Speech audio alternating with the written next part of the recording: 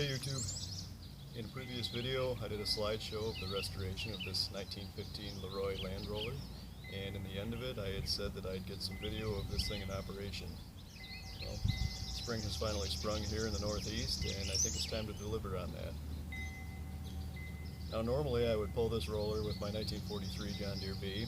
It's maneuverable, easy to start, and all that kind of stuff that just doesn't seem like much fun right now. So this is YouTube, and people generally watch YouTube for weird things, so I thought it'd be a good time to have a little fun with this.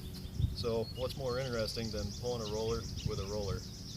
So the roller that we're going to use today is a Fordson tractor from around 1924. This particular machine is a bit of a mutt, which is not uncommon with Fordson tractors because just about everything from a Fordson fits a Fordson, so there was a lot of parts swapping to keep them running.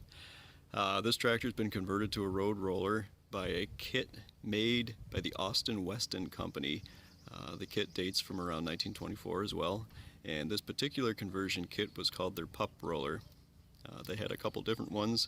This particular one was a little bit smaller, made the machine a little bit lighter, more maneuverable, which is kind of amusing today.